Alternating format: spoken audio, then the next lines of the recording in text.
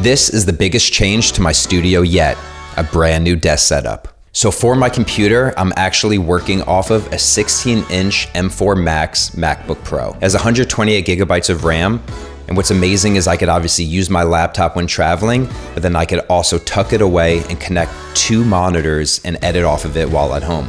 For my monitors, I have the Apple Mac Studio display, as well as the XDR Retina display. So as you know, ambiance is super important. I love being able to work somewhere that has really cool lighting, and especially at night, I have a city view in the distance and it actually inspires me to edit. When I'm video editing or photo editing, it's super important for me to have physical real estate to edit off of, and that's why I went with a dual display. It's super nice to be able to tuck my laptop away and just use 2 Thunderbolt cables to connect to the displays. The first one I have on the left is the Apple Studio display. It has a built-in microphone. It also has built-in speakers, which is super clutch if I'm taking Google meetings or having calls. It's a 5K Retina display with a nano textured glass, so there's no reflection during the day with the big windows here. And the second one is a 32-inch Pro XDR display. That one I use for all my color grading. It goes all the way up to 6K and has built-in HDR.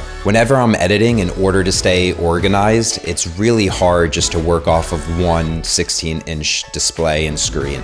So by having the 2 displays, I actually set up my Premiere window on the left to have the timeline.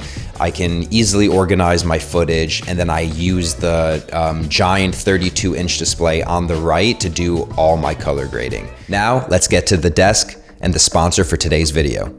Your workspace defines how you feel when you create, and lately, I've been searching for a desk setup that actually inspires me to get in the zone. And that's where today's sponsor comes in, the Vernal standing desk.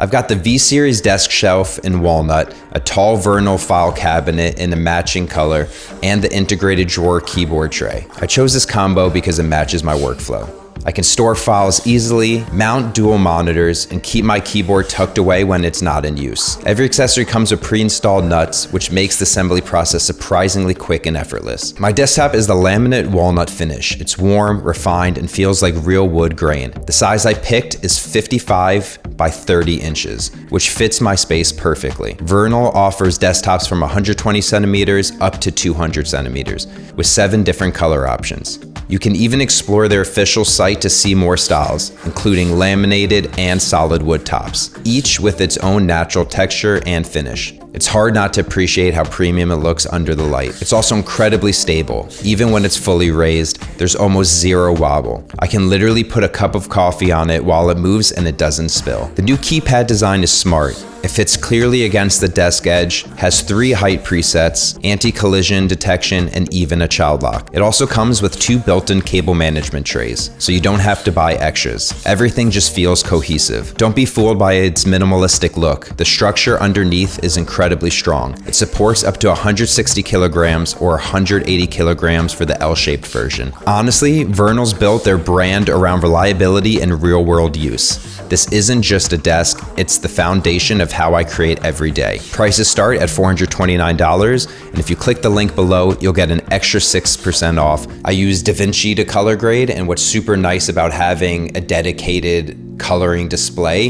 is that's all I get to focus on. So I can really nitpick skin tones, you can really see the grain and halation and the blooming and all the different effects you want to add on there. So having 2 giant displays really saves me a ton of time and just removes any headaches in my editing process.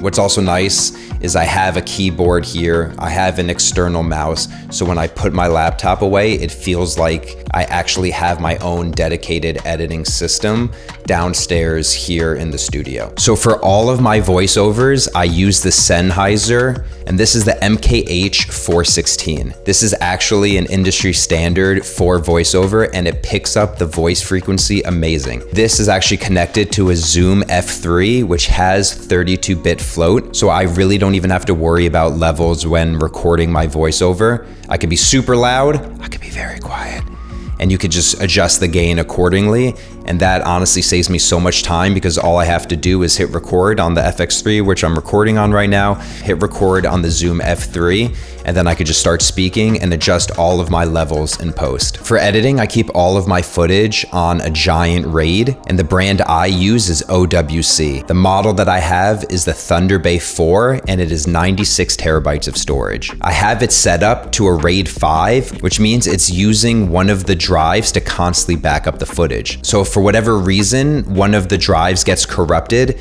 I don't have to worry because it's constantly being backed up. I can't tell you how many times I've been working off of SSDs or other drives and I've completely lost the footage because I've accidentally unplugged it or it dropped. So knowing I have all my footage safely stored is honestly huge. I also have a podcast, so attached to the desk is the Shure SM7B, and that's connected to a cloud lifter. So that way I have enough gain when recording on that microphone. And as you may know, the Shure SM7B is great for recording music, but of course it's really good for spoken word, and that's why it's such a popular podcast microphone. So I have that attached to the desk in case I ever need to record audio while also screen recording or just be facing the computer. Finally, what everyone needs is a good pair of headphones. I like having a pair that I could also bring on flights, when I'm using my iPad, when I'm watching movies that have amazing noise cancellation, but that also have crystal clear sound, so that way I can do sound mixing on all of my films. For me, my favorite pair of headphones are the Sony XM6. They came out this year.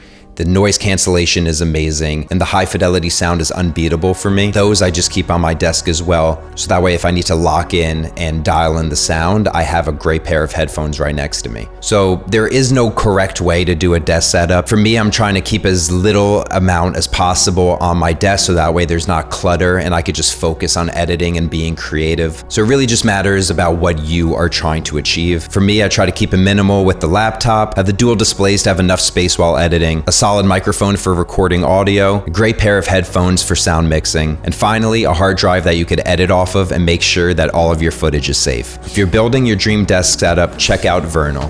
Click the link in the description, use my discount code for 6% off, and see how much better it feels to work when your space moves with you. So this is my 2025 desk setup. We'll see what 2026 brings. Thanks so much for watching, and don't forget to like and subscribe.